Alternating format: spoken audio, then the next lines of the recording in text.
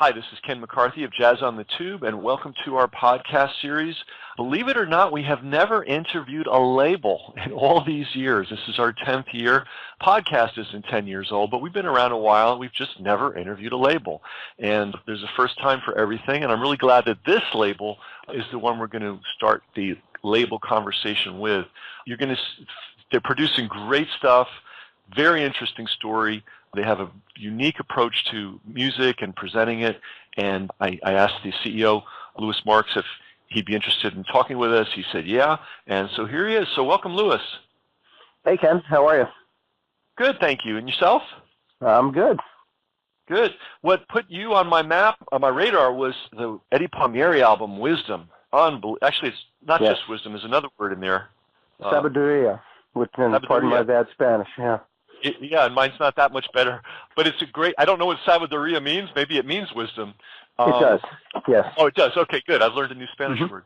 But what a good title for this, because, Eddie, this was put out in 2017. I don't know how old Eddie was when he recorded it, but he's 80 now.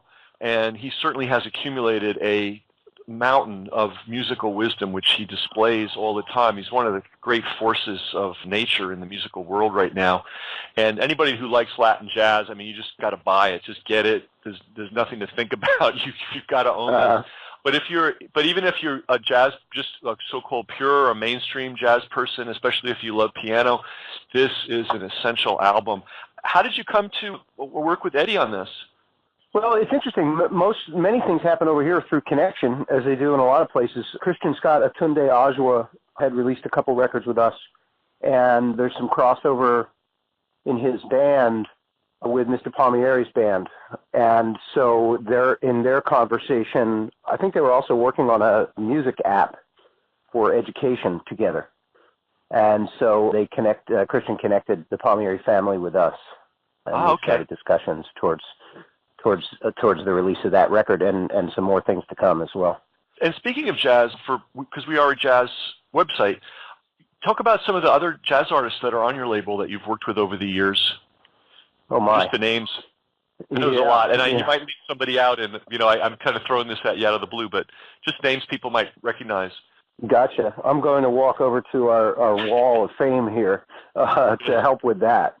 The label's been here for 18 years, so early days, people like John Medeski, who was the founder of Ropeadope, and Charlie Hunter in early days, and then moving, into more current times, Snarky Puppy, Nate Smith, Christian Scott, I mentioned, Spanky McCurdy, Terrace Martin, Dred Scott, Frank Catalano, and I know I'm missing a bunch. It just goes on and on. There are quite a few, Nate Smith that I mentioned, quite a few jazz players come to Ropeadope for their debut or their solo careers. So there are a lot of those as well. Richard Bennett. Go on. And you mentioned Charlie Hunter, the guitar player. Correct. Yeah, Charlie. Yes, Charlie was on Blue Note for a while and then went independent in the early 2000s. So there are, I think, 3 or 4 Charlie Hunter records during his Ropeadope time. Then he returned last year with an interesting record with Dion Farris, which is a vocal and guitar record of Dionne Warwick songs. Oh, cool. Cool. And, of course, we're talking about Ropeadope Records. And, again, the thing that caught me was this album with Eddie Palmieri. Any stories, backstories about this album? I understand that you met, the opportunity came up through connections within the label. I've seen Eddie Palmieri perform many times. Most recently at Blue Note, I guess last summer, he did a series to commemorate or honor or note his 80th birthday, and it was just stunning. It was just absolutely stunning. And I had a friend who had come up from Cuba. He was stunned because, this was an evening they devoted to traditional son music, and he was just amazed. He didn't expect it to hear this kind of level of Latin music in New York City. It's a new thing for him coming out of Cuba. And so, anything you want to share about this particular album, other than the fact that it really is essential listening? Yeah, I mean, it's fascinating. You know, I learned a lot in this process. You know, one of the first things that happens here is the relationship, and so, you know, obviously we were, you know, incredibly honored to be talking with Mr. Palmieri and his family, and you know, there's an independent spirit that he has, and a spirit of creativity and crossover that is evident just in the, you know, in all the early conversations and discussions about, you know, how they do business and what their intent is, and, you know, and it's a little wild and progressive and creative, and, you know, it's not something you'd automatically think of someone that's, you know, in their 8th decade, but, you know, that's the first thing that hit us, and of course, you know, little stories about, you know, how Harlem River Drive was made, and, you know, what their intent was with this new record, and, you know, the new territory that they wanted to push into. You know, all of those things were very comfortable right out of the gate, because we're talking about the way that we do business and what our intent is, and, you know, and it turns out, you know, to be, and the terms over years, but fiercely independent, you know, was the thing that came across. And then, of course, we got to hear the music, and I think part of it simply was Mr. Palmieri is accustomed to someone saying that doesn't quite fit here, or that doesn't quite fit there, because he's always pushing in, you know, in different directions. And for us, it was like, that fits perfectly here, you know? Yeah, well, you know, that's interesting. It's interesting that you mentioned that, because when I was listening to it, I thought, wow, this is Eddie Palmieri unchained. Like, he is going everywhere. It felt like he was going everywhere he wanted to go. And, you know, in the music business, as you know, that doesn't happen every time on a project. What was his intention? Can you share any of that about what he had in mind for this particular, what his goal was, and what he wanted to communicate with it? Well, I think there's a certain amount of reflection of, you know, how did this happen? You look back and you're like, how is there Latin jazz, and R&B, and soul and funk all blended together? And of course, Harlem River Drive is a key piece in that from back in the day. So I think in a certain way he wanted to revisit that a little bit, but the spirit of that, he also wanted to, you know, express, dedicate the album to his wife who had passed recently, and really, you know, put out a comprehensive piece that sort of, you know, covered the spirit of what he had done, but keep it fresh and relevant to today. So, you know, you'll see the old cats on the record, and then you'll see young, you know, what they call the young guns in the band, like Louis Fouché. So, you know, that intent was so relevant. I mean, I like to listen to this record and imagine that it was just a brand new band doing something fresh, and you're like, you can believe that. Except at a moment you're going to say, well, wait a minute, they really know how to play. They can't be 21-year-olds, you know. But it feels like that. You could place it there and say, well, you know, if you took the title off, you would get the impression that somebody was just, you know, young, on fire, and trying brand new things. You know, that's, you know, exactly right. You know, sometimes when I listen to music, I can't necessarily articulate why I like it so much, but besides the fact of this unbounded quality, because he goes in all kinds of different directions from track to track, but yeah, it had this vitality, this, you know, this wasn't phoned in, you know, this wasn't, hey, we need to do a record, we got a contract to fulfill, let's crank something out. This was on fire. Yeah, and it also feels like it wasn't, I'm sorry to interrupt. Yeah, go ahead.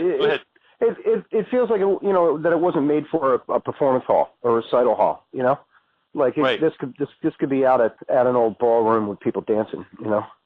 Yep. So I'm going to just read a couple of the titles. Now, the titles don't say, you know, you can't tell until you hear the music, but Wise Bata Blues, Bata. You got it. That's phenomenal. I also love this title, Spinal Volt, The Uprising, Locked In. It's poetic, and the music's phenomenal.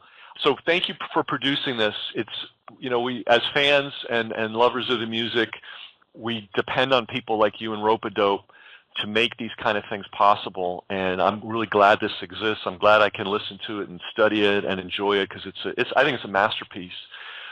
I agree. I do want to point out that the production is all self-production, and that we're advocates for the music once it's finished.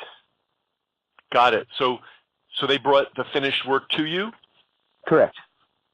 Great, great. Let's when we get to the talking about the label in particular, let's go into that a little more because that's a really interesting and important model. But before we do that, I want to talk a little about the label's history. The label's been around 18 years? Yes, since 99. Since 99. And I think from what I understand, one of the milestones in the history of this label was the label's work in we call it Katrina, but we really should, to be accurate, we should call it the post U.S. Army Corps of Engineers levee system failure flood. But by the way, I was extremely involved with levees.org, and if you Google my name and levees.org, you'll get some background on that. But we'll just call it Katrina just for the sake of shorthand. But you were very involved in post-Katrina New Orleans, which was a very interesting time indeed for many people. Can you tell us a little about what you were doing there and how you were involved in the rebuilding? Certainly, and it's an interesting time for me. I'll mention the personal first. So I had been involved with Ropeadope in the clothing side of their company for some time, and 2006, summertime, was an interesting moment for the label. They were working on a project with Preservation Hall with Ben Jaffe, which is the re-recording, if you will, or I don't want to call it remix, but the Sister Gertrude Morgan record, and people, if they don't know, can look that up, was something that Alan Jaffe recorded back in the 70s, and Preservation Hall was re-releasing that recording, and then having, with Ropeadope, King Britt and Tim Motzer write new music to accompany it, and releasing that record called King Britt Presents Sister Gertrude Morgan. Actually, the release date was scheduled for Tuesday, whatever it is after August 28th, whatever that Tuesday is. And so, the levees failed in the process of that, marketing push, which, as you can imagine, kind of changed the perspective and potential immediate success of the album. But at that moment, our eyes were on New Orleans for those reasons. And in the process right after the storm, the question was, what can we do to help musicians? And, of course, Ben had set up the New Orleans Musicians Hurricane Relief Fund.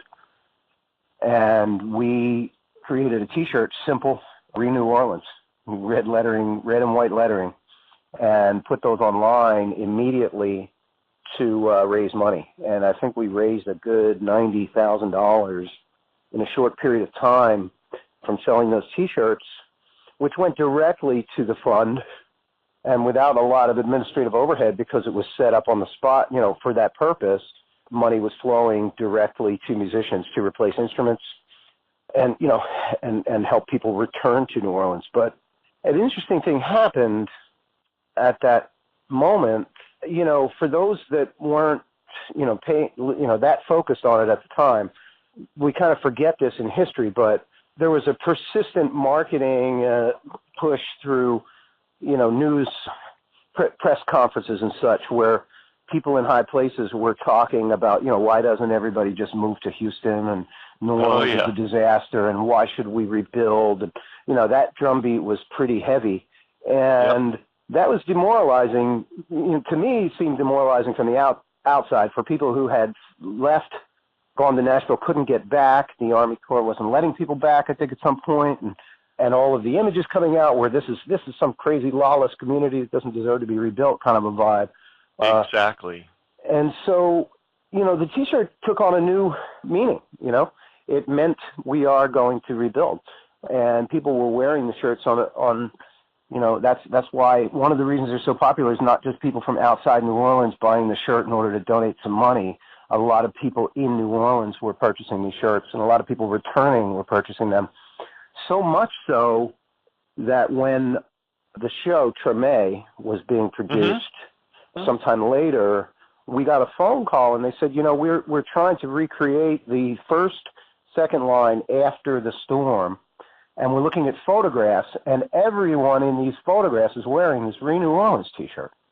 So can we get, 200 shirts so that we can do this scene? And of course we're like, yeah, absolutely. They're $25 a piece, and send some more money down to New Orleans. And they did, to their credit, they did, I've talked to people like Big Sam and others, where, they were extremely supportive of help, having, true New Orleans musicians in that show for paid opportunities. But, the larger point is that, it really became an emotional point and a point of hope, I think, for a lot of people through a simple T-shirt, What that also meant for, sorry, go ahead. No, please. Sorry. We're on the phone, so we can't see each other. Please go ahead. It also meant for Ropeadope that changes had to be made at that time, and that is when I invested in and took over at the label because, the expectations a lot of time in the business are, this next record's going to make everything work, all in the middle of a persistent decline in sales in the record business. But, that kind of signaled a major change in Ropeadope at that point. So, it's funny, it continues to come back to me as a starting point and a reinvigoration of the label as well as the city, they're sort of synced up. And I think, your account is 100% accurate. There was a strong, persistent, widespread campaign through the media to basically advocate the bulldozing of New Orleans, or at least large parts of it, and, turn it into a golf course, turn it into this, turn it into that. And it was very demoralizing. And as a little sideline for you and people that may not be aware, believe it or not, at levees.org, we traced some of the origin of that campaign to computers owned by the U.S. Army Corps of Engineers. Wow. This is taking us completely off track, but it's an opportunity to share this. There was an employee at the New Orleans office posing, it's called sock puppet. You pretend to be a Joe Average, going all over on all these bulletin boards all over the world, and basically disparaging New Orleans and New Orleanians and everything. And this is pre-Russian bots. No Russian bots needed. And it's a long story, but that's how bad it was. And I even as late as 2010, there was no, that's 5 years into it. There was no sense that the city was ever going to really get back on its feet. Now it's doing pretty well, but it was a long struggle, and morale was everything. And my friend John Swenson wrote a beautiful book called New Atlantis, How Jazz Musicians Brought New Orleans Back to Life. And it's a story that those of us who love music and culture and jazz in particular really should just tell over and over again, because we really was people from the music world, musicians, producers, T-shirt makers, and those T-shirts were really important. I remember seeing them. I remember I didn't have one of those, but I had a bunch of similar T-shirts that had positive statements, and that meant a lot. There were a lot of signs that people would put up in front of their houses, in front of their stores, and it was an extremely important thing.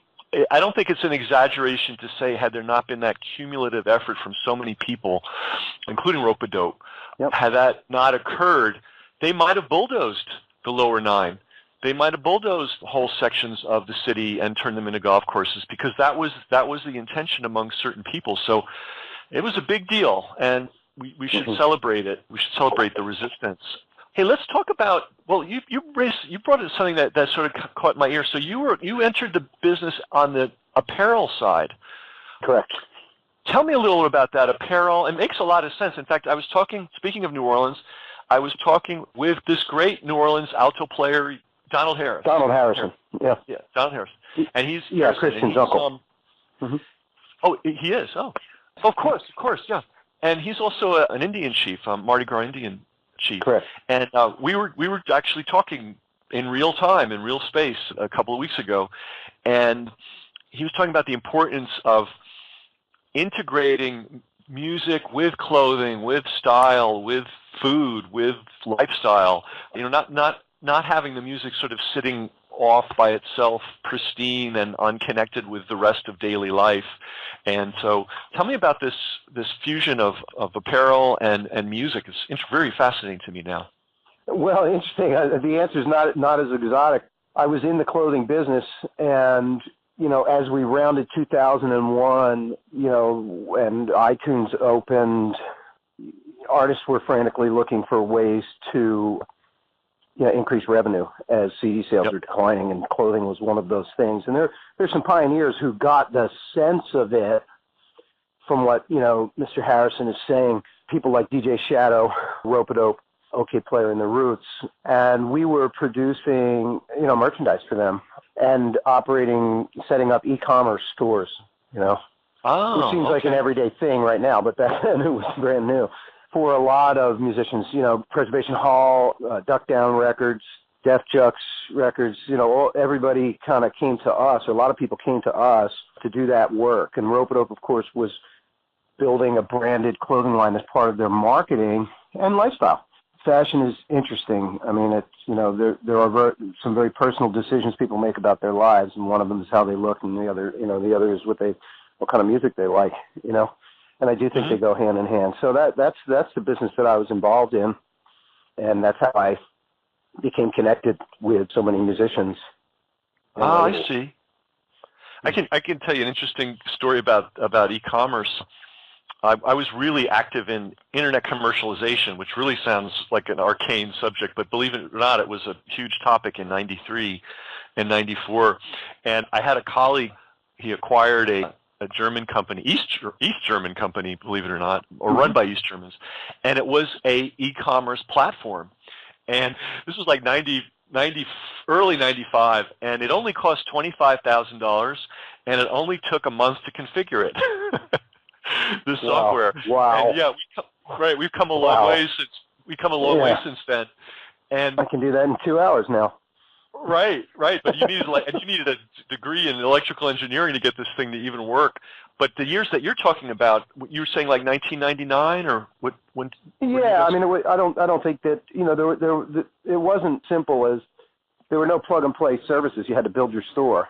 Definitely not. Yeah, and then you had to figure out your credit card processing and shipping integration, and of course, how to market it. I think that most people came to us because we were doing something different than souvenir merchandise, buy a band T-shirt with tour dates on it, but that we were helping people, build brands through apparel. Well, something that touched people directly. Yeah, go ahead. My understanding that T-shirts, the simplest level of this, became an important part of the rock, and roll business from, pretty early on. It was recognized right away that, gee, you could make a lot of money. In fact, I think it started out with hippies sort of selling T-shirts at concerts, and then slowly promoters started to realize that the hippies selling the T-shirts outside of the concerts were sometimes making as much as the concert promoter. There it is, the Grateful Dead model. Yeah. Yeah. So, cool. So, clothing and apparel and fashion is part of the Ropeadope world, and now we're in 2018 when this interview is being recorded. Can you give us a picture of the shape of Ropeadope? Now, you mentioned that the Wisdom album that we started talking about by Eddie Palmieri, they produced it, and your role is to bring it to the world. Tell us more about that model. Yeah, I mean, the Ropeadope model, something that I redesigned and developed in response to what was happening in the business, and also in response to what my particular sentiments are. I'm building a company that represents the way I would like the music business to be, and responding to what's out there. Creative control, creativity in general, in my opinion, should be fully in the hands of the artists, and that a label or business should simply support them in that process.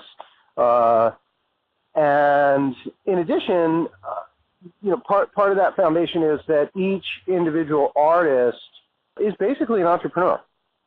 In order to have creative control, you need to run your own business, and you need to connect with your own fans. And there are many examples of bands that have done this in the past. Grateful Dead is a great example, but by accident, because no one else really wanted to deal with them. They just built their own business. But that's the foundation of what we do, is that mission statement of we want to support independent artists as business people and also as creatives. And then, what are the suite of tools that we put together, given the resources we have, in order to help them do that? So our model is really about just being a support agency.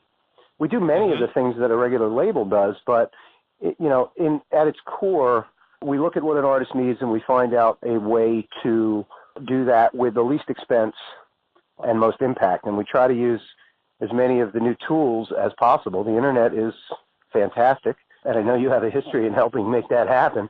people can connect with each other worldwide. You can bring things to market much more quickly, and you can literally talk to your fans and build a community. So, that's certainly a tool that we're using. Social media, in the years from 2010 to 2015 or 16, I would say, was extremely powerful as a form of free advertising and connection with fans. It's changing a bit now.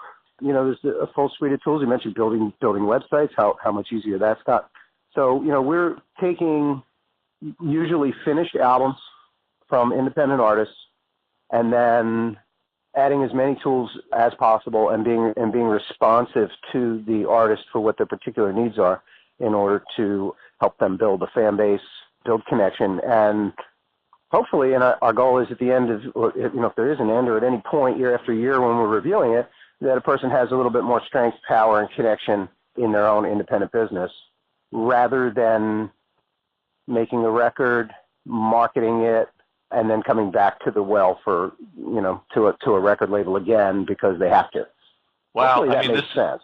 To me, it makes perfect sense because it's something that's been on my mind since the beginning, but let's, to help people really appreciate this, the old model was you sign on with the label.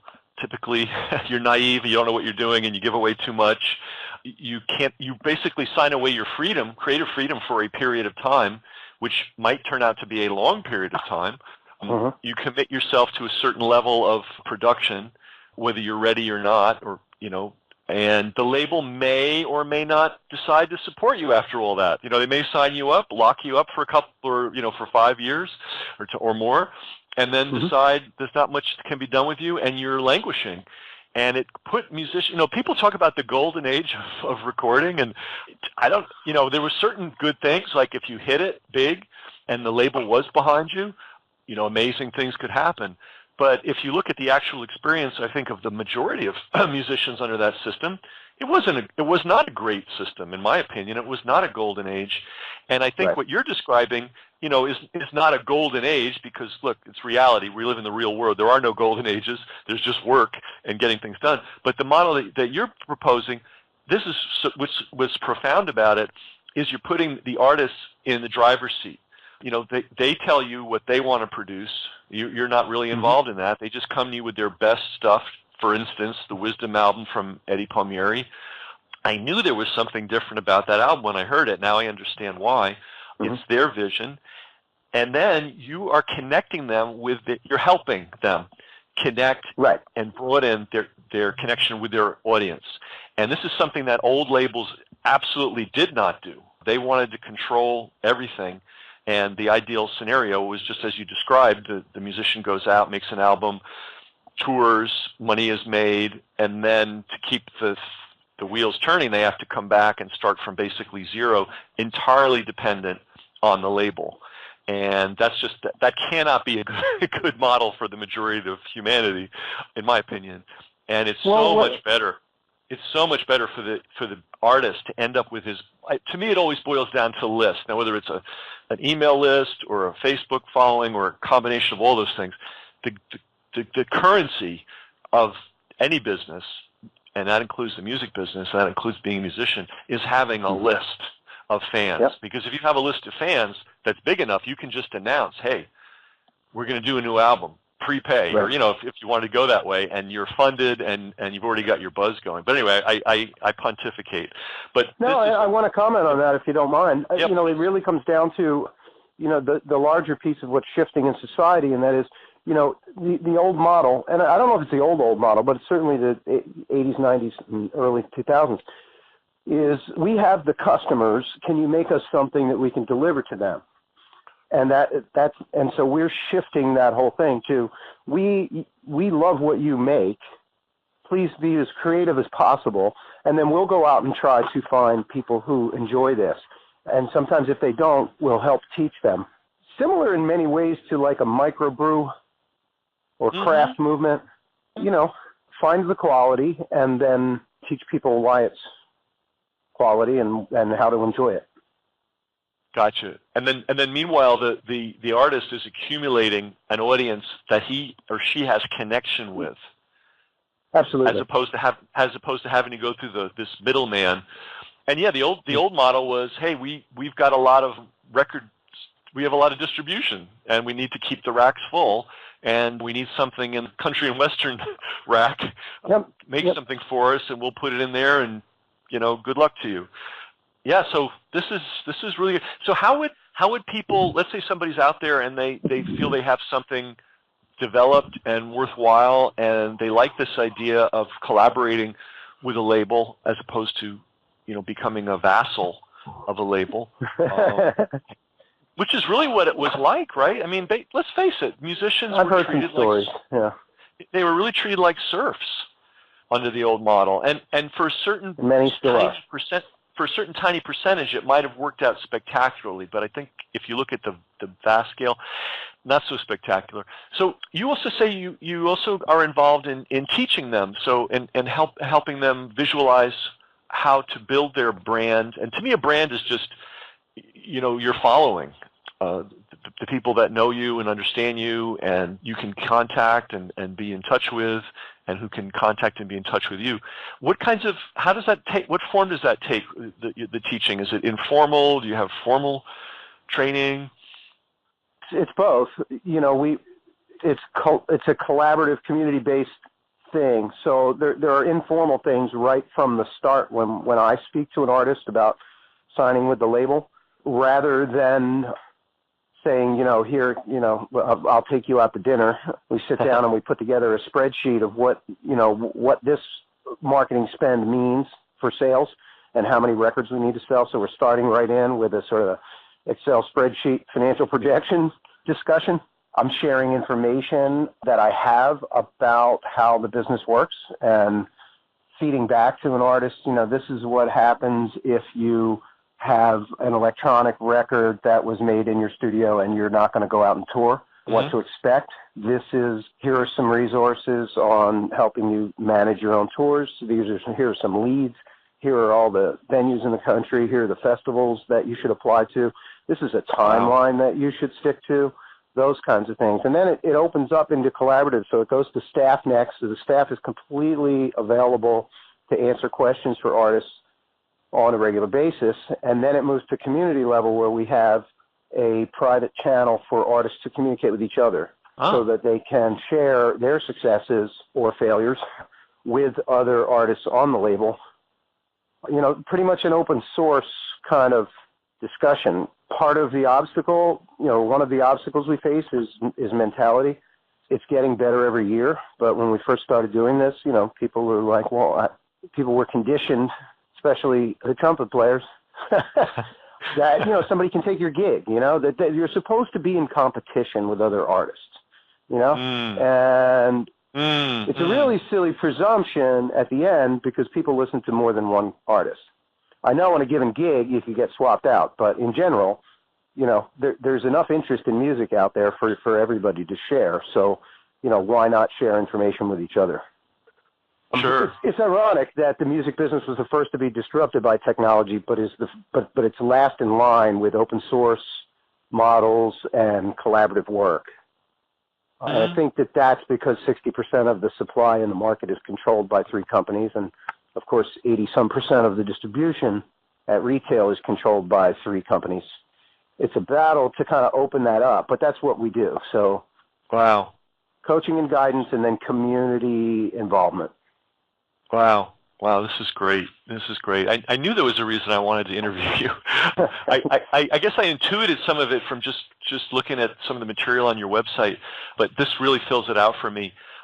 This is the 21st century approach to being a label, in my opinion, and I'm really glad to hear that about this work. Hey, you've got a bunch of, I guess, for lack of a better word, sub-labels. Can you talk a little bit about those? For instance, one that really fascinates me is Ropeadope Sir, which I guess fronted by a guy who's based in Mexico City? Yes, Todd Klauser. So the impetus for the imprints, obviously sub-label denotes some inferiority, which we don't want to use. So we say imprint. Yeah.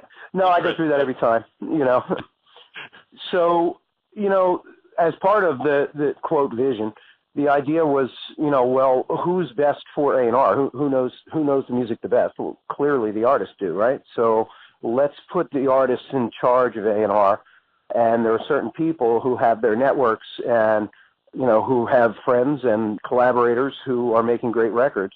So let's let them choose. And, of course, there is the overall brand impression of what Ropeadope is, and so if we've got a reggae album coming our way, we might ordinarily say no, but if we have a person who's central to reggae, or in Todd Clouser's case, who's central to Mexico and South and Central America, he's in a great position to put music together out on an imprint that, makes sense, right, from a branding perspective. So, Todd is one of there's probably 11 or 12 imprints now, but Todd's, there are distinctions between these imprints. Some are just vanity labels for an artist to put out their own projects. Some are the vanity labeled plus, where it's their own projects and some of their network. And some are more deliberate branding or regional initiatives. If you say, like Atlanta Records is a collaboration between myself and Brian Hurst at soulandjazz.com, because he is very much in touch with a certain crossover type of where soul, jazz, and R&B meet.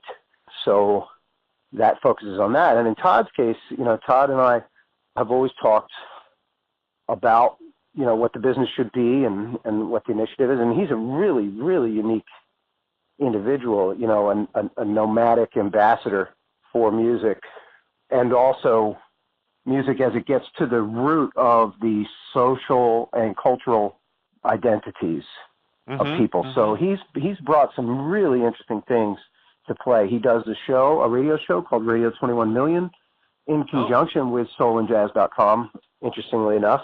And he has put out records from ranchers in Mexico, Los Carrancheros de Stapioris, pardon my Spanish again, people that he's met and felt that he, can offer something to who are making music in, even remote places that wouldn't ordinarily get to the rest of the world. So that one bears the name Ropeadope for that obvious reason, that it's a little closer in. I just want to, if I may comment on that, people who had a chance to get around a little bit and get off the beaten track, one of the things that you'll discover is there's a lot of music out there that's really good that we don't even have a whiff of. Yeah. And the idea of, I guess that particularly caught my imagination, the idea of somebody looking for that and helping that music find its way into the marketplace, the music marketplace, is very exciting. So beautiful. Yeah, it's a really great initiative. Well, let's talk about the consumer side. So first of all, your website. So if somebody wants to know more about the offerings that Ropeadope is helping bring to market, where do they go? I mean, you have obviously the website. It's ropeadope.com, or? Yeah. So the starting point for anything that's happening, for news of what's coming up and releases that are rolling out through the year, ropeadope.com is the starting point. The front page will tell you who's, which of the 70 releases that are scheduled are hitting this week or upcoming. You can learn about new music. There's more in-depth artist pages to learn more about each artist at that site. And there's also a store that carries some of the Ropeadope branded clothing. But a key spot is the Bandcamp pages. So Bandcamp is, for those who aren't familiar, is a way to buy direct from an artist and also curate your own collection of music that other people can see and share and learn from, and vice versa. So downloads.ropeadope.com, just an inappropriate title at this point, URL at this point, basically will have all albums that are coming up, including pre-orders, with the ability to stream for free, but also be able to buy directly in CD, vinyl, or direct download. And that's the absolute best place for artists, because that's where you're connecting directly with an artist, right? So, they can send you new information. And then, if you do buy a record on there, the next time that person releases a record, you get a pretty innocuous email that says, hey, just wanted to give you a heads up, there's a new record coming out from Christian Scott or whomever. And then, unfortunately, technologically right now, all of the labels can't be in one place, so you do have to kind of refer back to the label page on ropeadope.com for, all of these different imprints. And then, we're out in all the other places. If people are Spotify listeners, Ropeadope has a channel where we do some playlists, and, most of the artists can be found there. And, of course, on Apple Music, not only is everything available there, but I also curate a playlist on Apple Music where I mix Ropeadope music with other things that interest me. A lot of that is topical, but it tends to put what we do and what our artists are doing in historical context. At least that's what I'm trying to do. Uh-huh. So if you search Ropeadope on Apple Music, you'll find a curator there, and that's coming directly from me. There's also be an ongoing playlist of upcoming releases, so rather than reading it, you can just, click on that playlist, and it'll just play everything that's coming out soon. Great. Wow, so yeah, you're user-friendly. And I know it's an endless challenge, But I'm particularly oh wow, I see a friend of mine, Uncle Nephew. I know this guy. That was one of your projects. Darren Hoffman, yeah. Mm-hmm. Oh, Darren just got a gig in Florida as a faculty member at the big music school there. I think it's University of Florida. Anyway, but nice. Wow, that's awesome. Also, that's well. This is a class. We actually interviewed him because we were huge supporters of Tradition is a Temple when that was in pre-production, and he helped us. We did a benefit. We were participating in a benefit at Le Poisson Rouge, the old village gate for Puerto Rico, and it was a ridiculous star-studded event. I mean, we had, of course, I'm going to draw blanks on everybody's name. Randy Brecker was there. Paquito de Rivera was there. John Faddis was playing. Just nice. It was a recreation of this amazing milieu that took place in New York in the 70s and 80s.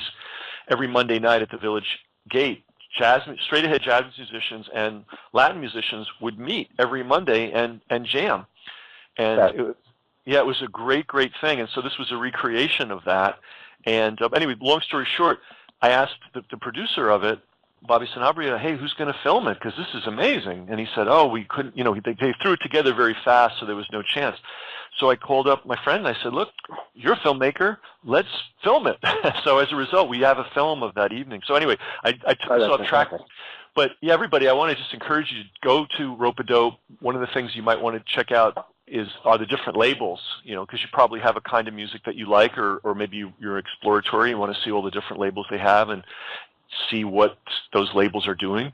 And I'm really intrigued with your show on Apple Music. You may be the person that gets me to sign up for Apple Music, because I haven't done that yet. They would be very happy about that. Yeah.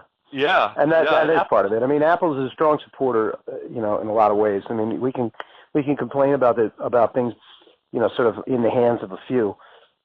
But I have to say that the companies that are Apple and Spotify are both, much more democratic and supportive than, a company was in, say, the 80s or 90s of diversity, They're kind of like a new radio format. So we interestingly enough, talking about the internet industry and the arc of history, literally yesterday I was listening to an industry analyst, and he said, look, Google and Amazon and all these companies are starting slowly. It's starting slowly to dawn on them that, yes, it's been a successful business model to cannibalize some content, or not cannibalize, but, well, I guess I forget the word he used, appropriate, or I don't know the exact word he used. But basically, what they're doing is taking other people's content, repackaging it, and putting ads on it.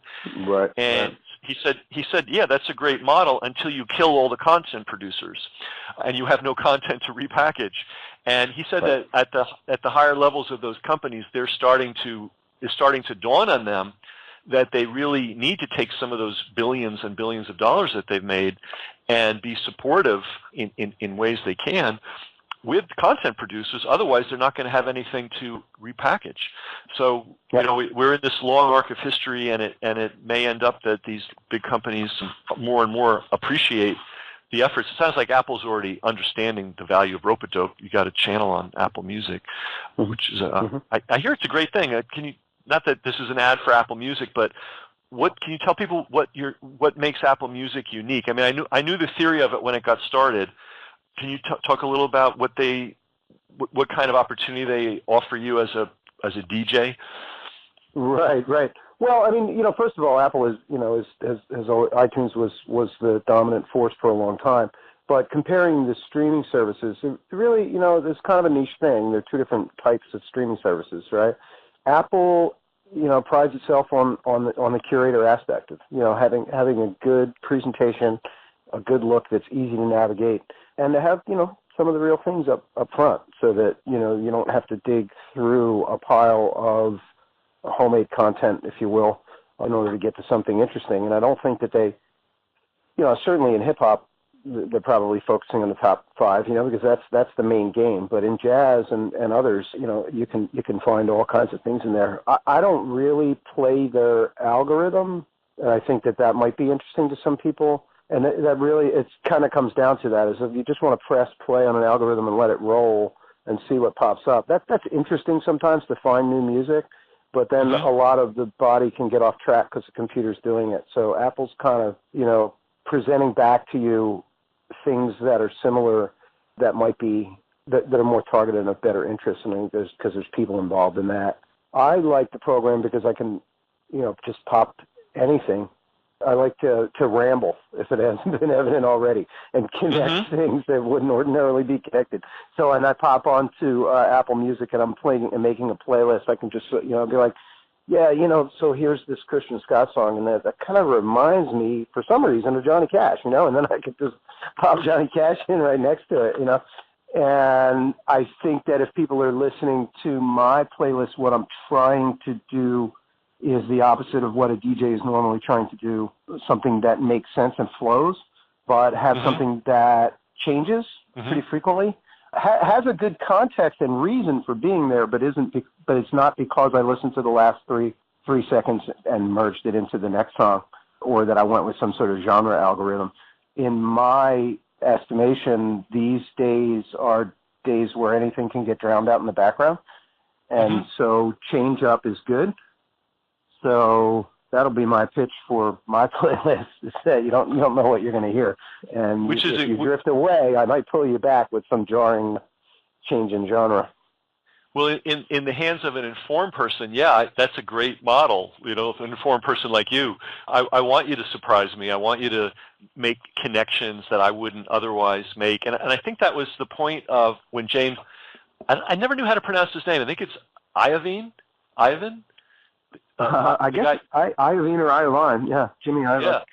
Yeah, and he made this point because he's involved with it very much. I don't know if he's running it or he certainly contributed to the idea. He said, look, he said it took a year for Bruce Springsteen to figure out the sequence of songs on Born to Run, which one to put first, which one to put second. And that was a human decision. That was not, and it was an artistic decision. It was not, the computer programs are wonderful, and they're interesting, and nothing bad about them really, but nothing beats an informed human being that's into music, who's really listening and really thinking, deciding what to play next. And that was his point. He says the big issue in music is what's next, and he didn't mean what's the next fad, but literally what's the next tune. And that is really an art, coming up with what are you going to play after what's playing now, and where's it going to lead somebody. So if people go to Apple Music and they search Ropeadope, they can find your channel. Well, this is great. I want to thank you so much, Louis. We're coming up to our hour, and you've been very generous with your time and your thoughts. And it's exciting that you exist, and Ropeadope exists. This is, I think, 21st century music label, and it's the early years of this way of doing things. But I think you guys are pioneers in this, and it's a great service to the artists, and it's a great service to people who love music. So everybody check out Ropeadope.com, and definitely you just got to get this Wisdom album by Eddie Palmieri. It's a no-brainer. Just get it. If you don't like it, I'll buy it back from you, and I'll give it to a friend of mine as a gift. That's how confident I am that this is an amazing album. This is the kind of thing you can listen to 100 times, and the 100th time you're like, wow, I can't believe how good this is. Yeah. And it is an education in music, just listening, because he takes it everywhere on this thing. So Louis, thanks a lot. Keep in touch. I guess I'll sign up for some kind of newsletter, I hope, with you, so that I'll get constant news about Ropeadope. Do you have such a thing? Like an email letter? Yes, it's right at the bottom of the website. Okay, great. I'm going to sign up for Yeah, that. it's a pretty infrequent, it's like an every 2 to 3 months kind of thing. We don't overwhelm people, but it's there. Okay, cool. Ken, Well, I thanks want a to say lot. thank you so much. I really, really appreciate what you do and the opportunity to talk with you. The pleasure's all mine. Thanks, and I'll see you around the internet. You got it. Be well.